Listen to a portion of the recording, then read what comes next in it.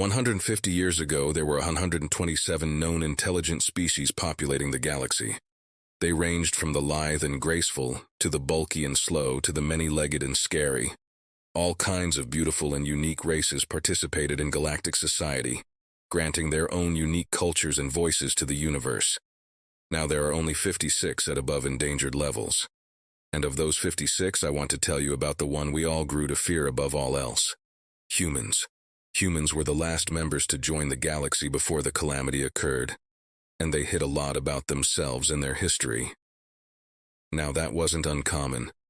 A lot of species withdrew slightly when confronted with the wider galaxy, often citing their realization of just how small their species really is. We left them be and didn't pry too much into their history. While they were already an impressive stellar empire of their own, having developed in a relatively isolated and empty part of the galaxy, their people left their jobs, homes, and families in droves for the stars of other nations. Within less than a decade, it was common to see humans on every planet, their impressive adaptability ensuring they could live alongside almost anyone, and the wider galaxy learned to love these strange bipeds. Whether mining on Celestor, leading businesses on Prim, or delving into the multicolored caves of Galoria, humans very quickly became a sizable minority throughout the galaxy. Explorers, diplomats, and traders by nature, they found fast allies in every sector. Even the militaristic people like the Drom or Liligar found themselves impressed by the squishy pink creatures' combat abilities, and their governments very quickly got human representatives as they defeated the previous holders in duels. They were everywhere, doing everything, but still kept tight-lipped about the history of their people. They delved eagerly into the histories of others, but rarely spoke of their own. When they did, they'd recite the same words, speaking of the last couple centuries only. Talking of the rise of the current human federation built from a fractured species of dozens of smaller groups. Eventually, we all stopped asking. 48 years after their appearance, a threat emerged. From a part of the galaxy long deemed impenetrable due to its thick nebula and strange electromagnetic interference, the Grox came. The galaxy had been at peace for over a millennium. Even the militaristic species had largely let their militaries fall by the wayside as they began to consider a galaxy without war. The galaxy scrambled fast, but our community had not even fought anything in almost 180 years, much less warred. Technology had marched on, and governments had more important things to do than retrofit militaries that were never called on for anything more than the odd pirate gang. We were caught off guard, and by the time we organized a true blockade, it had been almost 2 years since emergence, and a full 30% of the Galactic Arm existed within the rapidly expanding Grox Empire. The humans were everywhere, in every role. Combat medics, admirals, ship engineers. You name it, and the humans were there. But as the decades slipped by, the fighting grew worse and the hardiest economies began to show wear. The various empires struggled to maintain an effective defense. After almost 50 years of fighting, a human diplomat, Charlize Matorian, appeared before the Galactic Council, asking that the humans take over direction of the combat. We had lost almost half the galaxy, and millennia-old empires had cracked and fallen to be absorbed by those around them, as they tried to ensure rogue states didn't make the situation worse. It was true there were many humans in the leadership of the war effort, even among the military of non-human empires, but still we protested. The humans had lost almost as many of their species as the rest of the combatants combined. We thought there was no way they could form an effective fighting force. While it was true they were skilled in combat, and had a still functioning economy due to their position being far away from the fighting, they had never fought in a galactic-level war. We argued back and forth for weeks, though Charlize held firm in her convictions, which she said was backed by the highest forms of authority. Opinions on the council were divided. Some saw nothing but skilled greenhorns taking advantage of a crisis to gain power. Others a peaceful trading group hoping to make a difference. Finally, in a fit of anger, she said she was no longer asking. She was demanding. She demanded the leadership be stripped from the Galactic Council and be transferred to humanity, and the humans in leadership positions backed her. They said that their people knew war well, and they'd follow whatever orders they were given. To use a human idiom, it was the straw that broke the camel's back. Other generals and admirals fell into line behind their human comrades, and the Council's hand was forced. It took only a week for a human fleet to take back a sector we had been trying to reclaim for months. They just blasted out of FTL and started hurling nuclear weapons and light-speed missiles at Grok's fleets with a recklessness that bordered on insanity. The enemy never stood a chance. They were torn to pieces in a hail of fire and blood. In 1 week they had used as much firepower as we'd use in a month, but they achieved something we hadn't seen in years: results. But they didn't stop there. They pushed forward further into enemy territory, and while they paid for every system they took, the Groks paid more. 3 months later, we officially granted them the leadership of the combined galactic fleets. A human admiral marched into the military headquarters of a galactic armada and proclaimed the galaxy would be theirs within a decade. We laughed, but they kept their word. Human leadership caused more and more humans to join the fight, confident that with their own people in charge, victory was just a matter of time. By this point, the Groks had slaughtered trillions, and each human that signed up for the fight had lost co-workers, friends, family. Even those few who had lost no one simply wanted to help those who had given them so much, or just burn the Groks on a pyre of nuclear fission.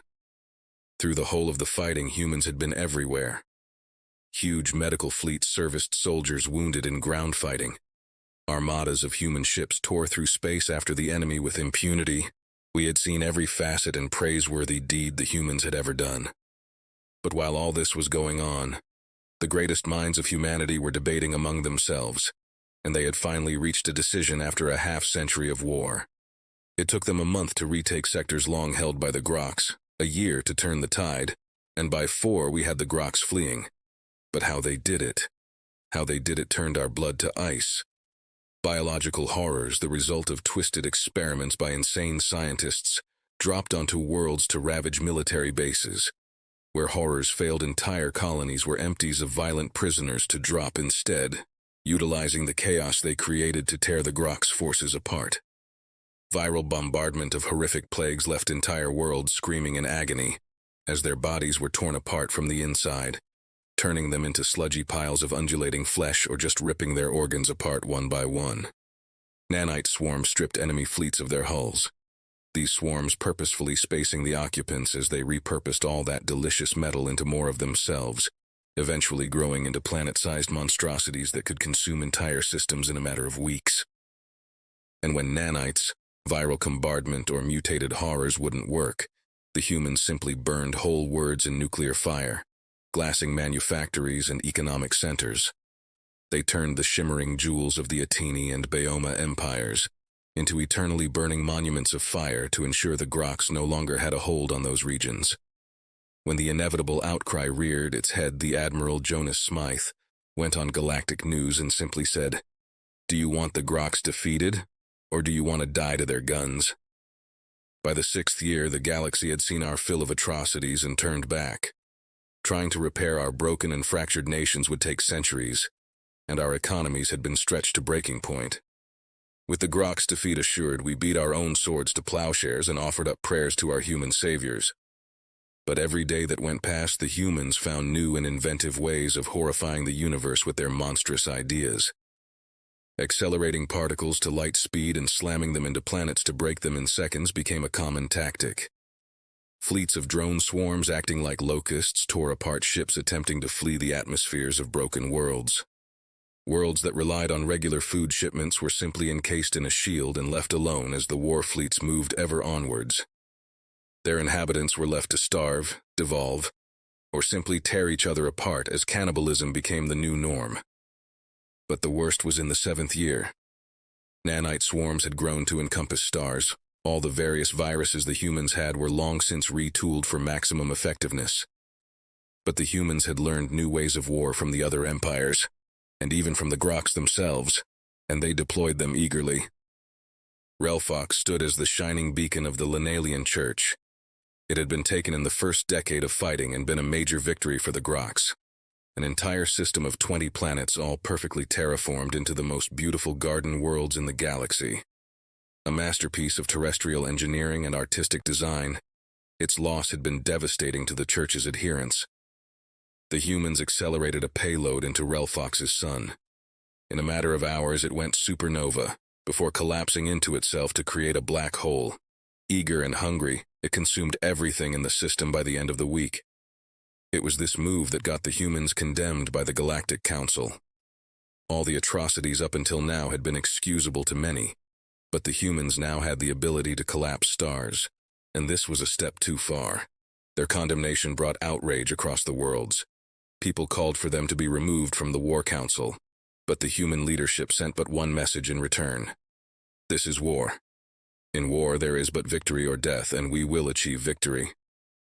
Alongside the message was a complete history of humanity, and it was then we began to understand. Millennia of war was the humans' legacy, time after time after time, to the point where everywhere in their vast history, whether nation against nation or a nation's citizens against its government or insurgents proclaiming a righteous cause, there was war. It never stopped, never ceased. Even before they left that blue jewel of theirs, they had almost annihilated it on 5 separate occasions in their pursuit of war with each other. By the goddess, even when they had left it, there was wars spanning decades. Earth Phi Mars, Inner Systems, Phi Frontier Worlds, Sol V Alpha Centauri. It never ended. In the 800 years it took from the point they first colonized another stellar body to the discovery of the galactic community, there was no fewer than 963 wars between one or more human combatants. Some wars were fought while other wars were going on. Civil war against a government occurred while that government was actively fighting off an invasion. They just can't help themselves. And we unleashed that on the galaxy. We unleashed a genocidal race to combat another genocidal race. The humans kept their promise. The Groks were beat back to their little corner of the galaxy. Then their systems were torn asunder in one of the worst genocides the galaxy has ever or will ever see. And we said nothing. What could we say? When the humans make war, it's all or nothing. They stepped up to ensure their new comrades kept the galaxy they called home, and in doing so tore it apart. And then they just went back to their old ways. Their horrors corralled into vaults and sealed, or just deactivated and tossed into suns or black holes. Their military largely disbanded its wartime regiments, and those who signed up got healthy pensions and either retired or went back to their old jobs. But the galaxy would never forget the horrors that humanity could unleash should it be provoked. And while they never threatened anyone with them, they never had to. For all the horrors we had witnessed, one stood out above all: the humans' capacity for war, and what we'd face if ever we turned our weapons against them.